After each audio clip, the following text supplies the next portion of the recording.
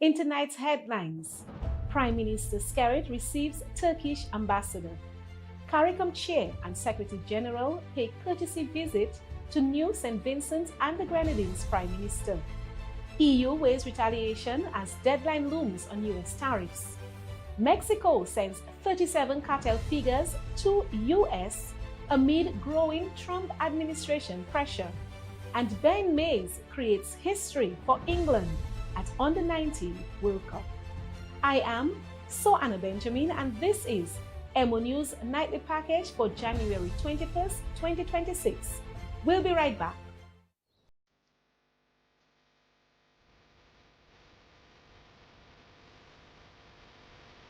Dear Diary, I didn't expect to find it, but I did. Not just love, but a love that breathes. A love that climbs with the vines, dances with the waterfalls, and whispers in the trees. There's this place, and I think it found me first. In the stillness of morning mist, in the fire of the sunsets, in the salt on her skin, I remembered who I was. Dominica, you are more than a place. You are a feeling. You are my nature of love.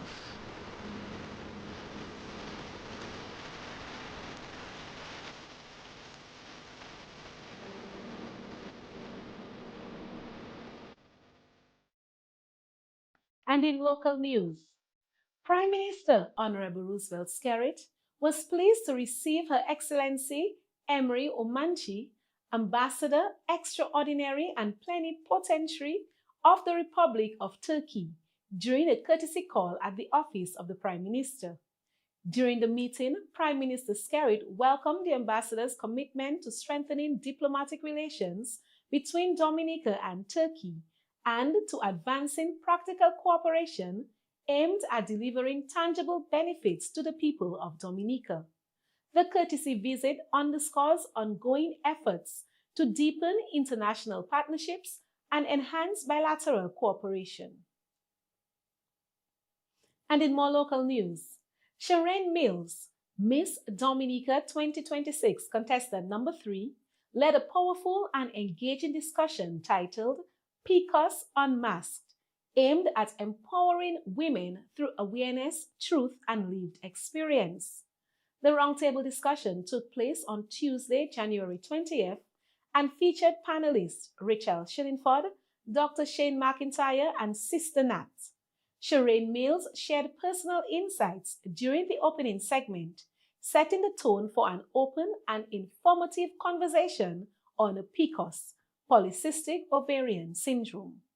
I am your host, Shireen Mills, contestant number 3 in this year's Miss Dominica Queen pageant, where I am representing the wonderful communities of Jinnit and St. Joseph, home of Granax. This evening, I have with me 3 experienced panelists who are going to help dissect polycystic ovarian syndrome, a condition which so many women, like myself, across ages and nations, suffer from silently. I believe that this is an issue which is prevalent even here in our small island, Dominica. However, it is often overlooked and misunderstood. My aim is to dismantle the stigma against PCOS, bringing awareness and understanding throughout the nation. Dr. Shane McIntyre provided a clear explanation of PCOS, helping viewers gain a better understanding of the condition. So, Dr. Mac, tell us, you have been in this field for quite some time now, and you have seen it all. What is polycystic ovarian syndrome? Okay, so to put it in a nutshell, it's a hormonal imbalance that any woman of childbearing age goes under. Okay, so when you think of hormonal, think of, let's say, it's a driving forces that moves and does things in the woman's body, namely the menstrual cycle. So think of if there's a hormonal imbalance, that menstrual cycle is now probably out of balance, meaning that it's either prolonged, shortened, comes when it wants, it's just very irregular. So the PCOS, as you know, we like to call it right now, to be somewhere to heap and everything right now, is pretty much an imbalance to the hormones. Rachel Shillingford also shared key insights during the discussion. Yeah. In my experience with drinking the raspberry tea, I experienced a more painful period, especially working in AC. That was the worst menstrual cycle I ever had, and from that I stopped it. Was that the same experience for you? No, it wasn't, because I think the AC also have to do with it. There's something called cold uterus, so you're in an area where it's too cold. You also, maybe the timing you took your raspberry tea, because I do not drink on my cycle. Take, for instance, you're given a pill and you take that pill when you're actually on your cycle. For me, I think you should take and prepare in advance. So 5 days prior, you know your cycle is coming, you start drinking and warming your uterus before that comes. So maybe that could have been the problem for you. Also, you maybe continued eating the chicken, your junk food, the chocolates. So many things that you have to stay away from. Yes. Sister Nat rounded up the discussion addressing the role of nutrition and maximizing health through food. Food is not about your taste buds, and many people eat for their taste buds and they don't eat for nutrition. But food is really about maximizing health and minimizing disease. So whatever kind of food you may ingest, it may look like, it may taste like, it may smell like food, but the million-dollar question is, does it qualify, as a food based on the criteria?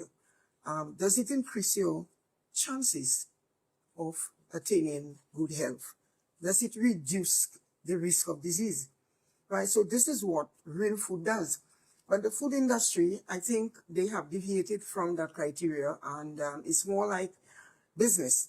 So it's like more profit than health. And so what we find is that from the farm to the factory, there are lots of toxic chemicals that are being used in the production of food that now renders the foods unfit for human consumption. The discussion was well received by online viewers, with many praising the panel for its honesty, educational value, and community-driven approach to women's health awareness.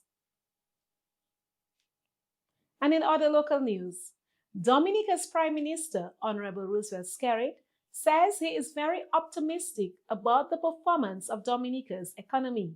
The Prime Minister spoke of the many investments which are expected to come on stream this year.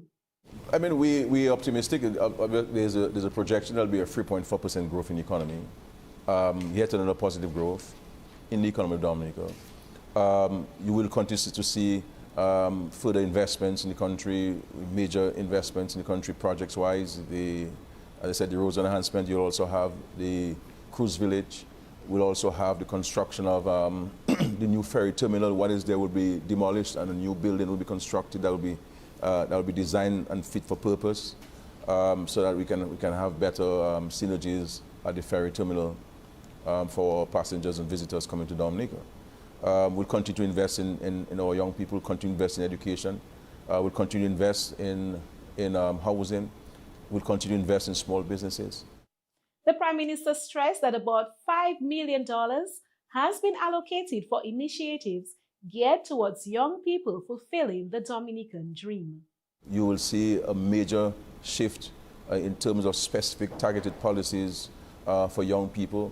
There'll be a complete revamping of the Dominican Youth Business Trust to make it more accessible to more young people in a more timely fashion with a lower interest rate. As a matter of fact, the interest rate will go down to about 2 and 3% to lend to young people for small businesses in Dominica. And we will be speaking about that. Some $5 million will be set aside to allow more young people to have access to loans and to grants to enhance their small businesses and to allow their dreams to be materialized with government support. Referencing the recent increase in direct flights into Dominica, the Prime Minister said that the aim of his government is to increase arrivals into the nation. We need more and more people to come to Dominica to consume the goods and services that we have. That's how we're going to generate economic activity, by bringing foreign exchange to the country and people spending so that money can circulate and be in the pockets and the hands of our citizens so that they themselves can build financial wealth and achieve the Dominica dream that we all aspire to achieve for ourselves. So I'm very optimistic. There are challenges, but Dominica is accustomed to challenges. The Prime Minister made these comments during his New Year's sit-down with a few local journalists. And in other local news, over $300,000 has been spent to boost security at the Dominica State Prison. This is according to Minister of National Security, Honorable Rayburn Blackmore. The minister said that the improvements were well received by the employees who see them as added security. There was an issue of security that we had to invest significantly in the installation of first-class modern AI cameras. And it cost the state $205,000. And those cameras are now installed at the prisons to ensure that every parameter within the prisons can be properly secured and to capture every illicit entry into the prisons. We also spent a significant amount of money, I think it's $170,000 thereabout, to install scanners, which means every bag entering the prisons will be scanned. Every person entering the prison will have to walk through a scanner. And I must say, I'm immensely touched by the fact that the prison officers see it as security for them. Superintendent of Prison, Jeffrey Edmond, spoke of how the infrastructure has benefited the prison. The government of Dominica have invested tremendous sums of money procuring a walk-through and baggage scanner and an up-to-date CCTV monitoring system. When these equipment are commissioned, it will greatly enhance our security systems at the prison. Both the scanners and the CCTV monitoring systems are about 95% complete. Training in the use of this equipment will commence shortly. Additionally, the minister announced that measures have been put in place to address the backlog in land titles processing. I want to turn quickly to the registry of titles, and the government actually established that position. And it was done for the precise reason of ensuring that issues surrounding land titles and other attendant issues could be given prominence and specialization. According to the minister, in the new year, there will be an electronic system to have land titles processing be up to date and more efficient. We will be implementing in the new is to create a redundant system in terms of ensuring that records can be properly kept and stored. So we have invested and paid for a scanner, $170,000 for the scanner. Things that are cheap, to ensure that the records, the documents can be also stored electronically. And if we were to have a fire or something, or hurricane, we have a certain degree of redundancy insofar as our record keeping is concerned. So we are putting in place an efficient and modern system of record management within the registry. We already have the human resource component stationed at the registry to do so. And finally, in local news, a historic day for the Belle-Bishopet community as the Commonwealth of Dominica Police Force strengthened ties through meaningful engagement and dialogue.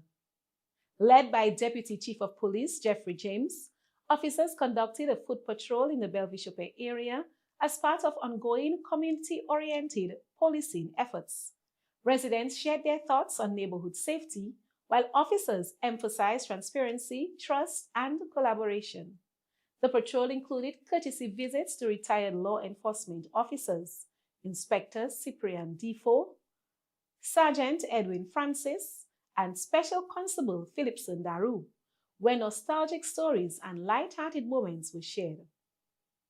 Officers also engaged with the business community, raising awareness about the Belle-Bishopet and Petit Savan Community Policing Group and offering practical safety tips. Young men in the area welcomed the initiative, encouraging regular engagement to maintain positive police-community relations.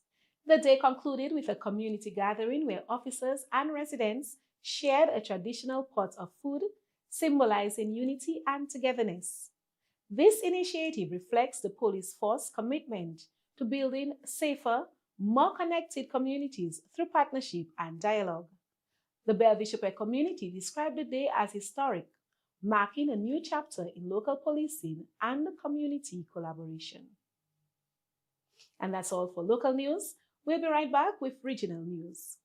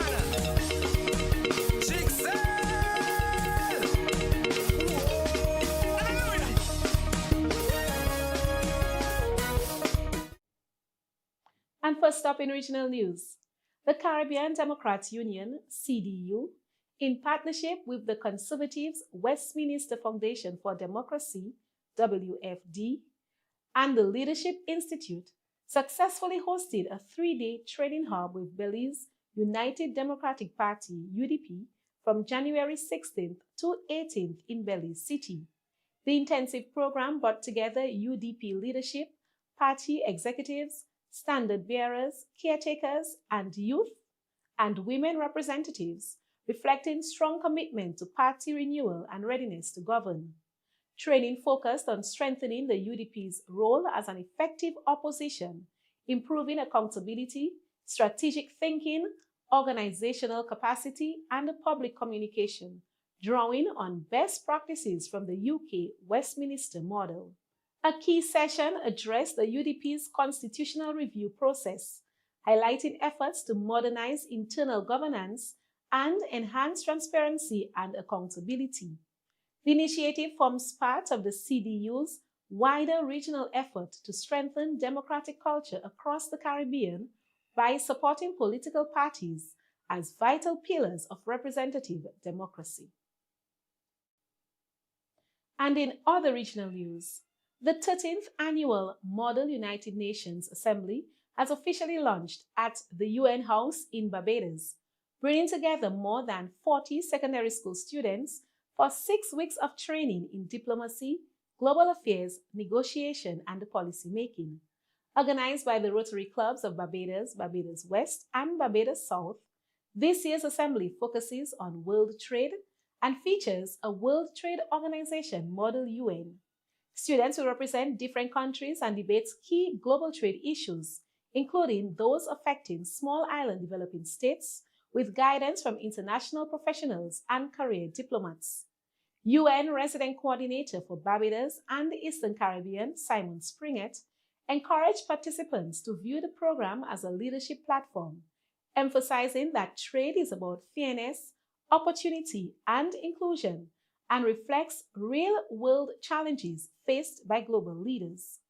Rotary District Governor Soraya Warner-Gustav highlighted the strong partnership between Rotary and the UN, noting that Model UN supports Rotary's mission to develop ethical leaders and engage global citizens. She urged students to practice ethical leadership by balancing economic growth with social responsibility.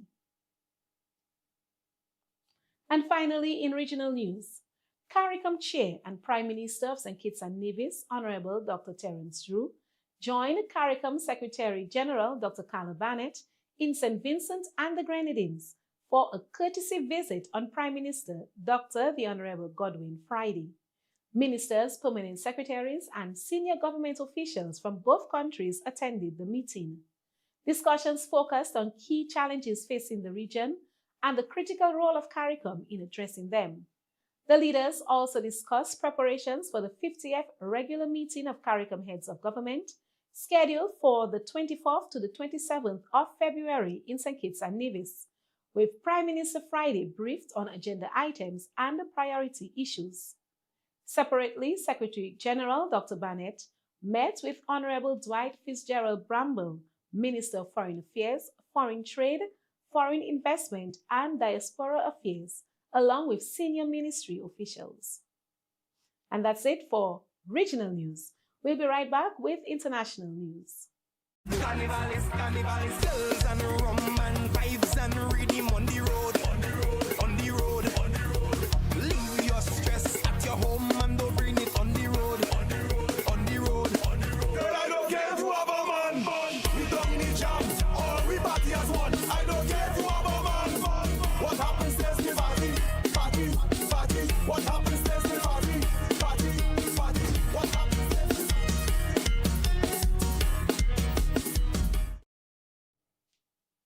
And first up in international news, questions are mounting over whether the European Union will retaliate against the United States as a temporary pause on EU counter-tariffs expires on February 6.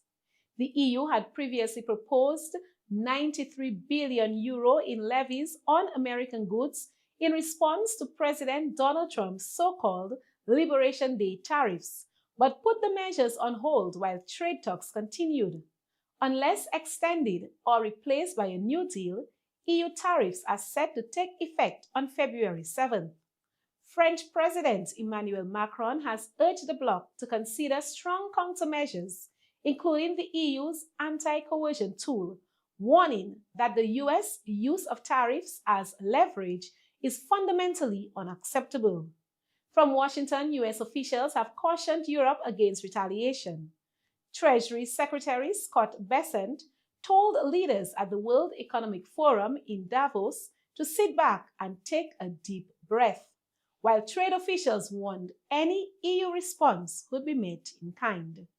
The US and the EU remain each other's largest trade partners, exchanging more than €1.6 trillion in goods and services last year.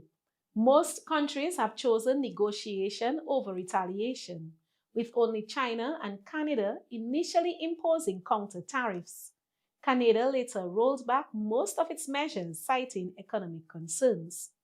Meanwhile, uncertainty continues as the US Supreme Court considers whether many of the tariffs announced last year are legal. And in more international news, U.S. forces have seized a seventh oil tanker linked to Venezuela. The vessel, named the motor vessel Sagitta, was apprehended without incident. The tanker was reportedly operating in defiance of a U.S.-declared quarantine on sanctioned vessels in the region. The Sagitta is part of a so-called shadow fleet, transporting oil from countries under U.S. sanctions, including Venezuela, Iran, and Russia. The latest seizure is the seventh since December 2025, 6 of which occurred in the Caribbean.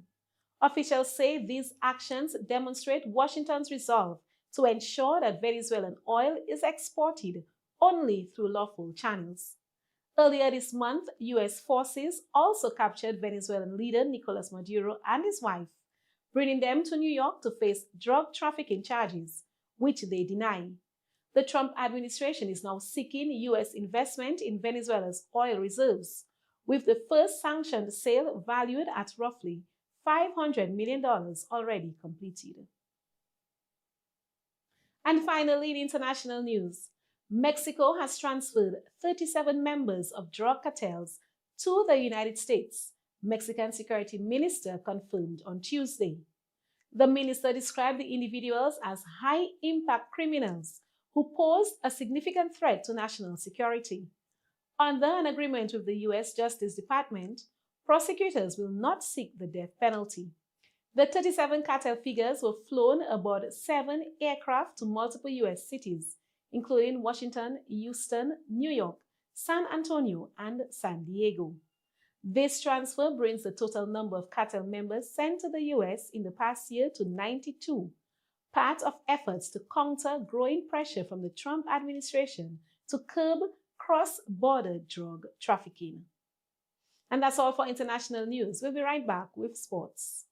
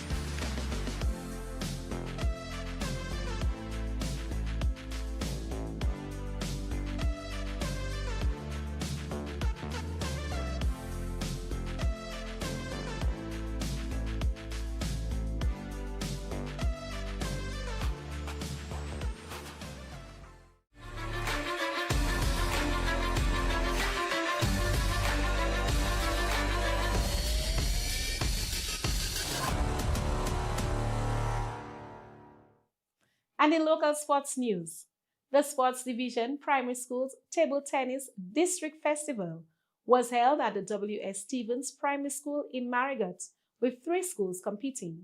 The tournament featured 3 girls' teams and 5 boys' teams, showcasing strong talent and sportsmanship across the district. In the final standings, in boys, the W.S. Stevens Primary A had 8 points, the Cynical Primary A 6 points, the W.S. Stevens Primary B 2 points, the Cynical Primary B 2 points, and the Cassibras Primary no points. And in the girls, W.S. Stevens Primary 4 points, Cynical Primary 2 points, and the Cassibras Primary no points. The festival highlighted the growing interest and development of table tennis at the primary school level, with W.S. Stevens Primary emerging as the standout school in both divisions. And congratulations to them. And 2 games were contested yesterday in the Sports Division Secondary Schools Volleyball Championships at the Windsor Park Sports Stadium, with exciting action on display. In Game 1, Wesley High School versus the Dominica Grammar School, the final score was 0-3 in favor of the Dominica Grammar School. And in Game 2, the Goodwill Secondary School versus the DGS School, the final score was 3-1 in favor of the Goodwill Secondary School. The championship continues with more matches expected as schools battle for top honors. And in international sports, England's Ben Mays etched his name into the record books at the ICC Under-19 Men's Cricket World Cup on January 21st, scoring the highest ever individual total by an English batter in the tournament. The 18-year-old produced a stunning 191 off 117 balls against Scotland, a knock that is the joint second highest score in Under-19 World Cup history. His innings equaled Sri Lanka's Hasita Boyagoda and fell just one run short of the all-time record set earlier in the tournament by Viran Chamudita. Mays came to the crease after England lost Ben Dawkins early and quickly took control of the innings. Alongside Joe Moores, he put on a commanding 188-run partnership, with Mays dominating the scoring. His explosive innings included 18 fours and 8 sixes, overwhelming the Scottish bowling attack. England went on to post 404 for 6, the 6th highest total in Under-19 World Cup history, and the highest score of the 2026 tournament so far. And that's all for sports news. We'll be right back with the weather report.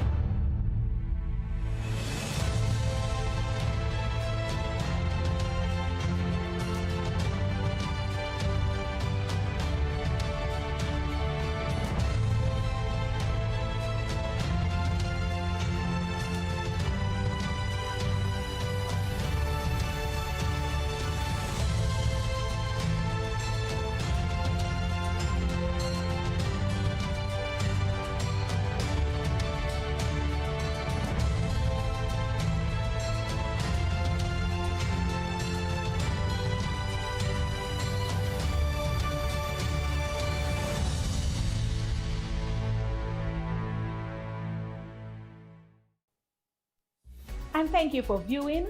This has been EmoNews Nightly Package for January 21st, 2026. I am your presenter, So Anna Benjamin. Do have a lovely evening.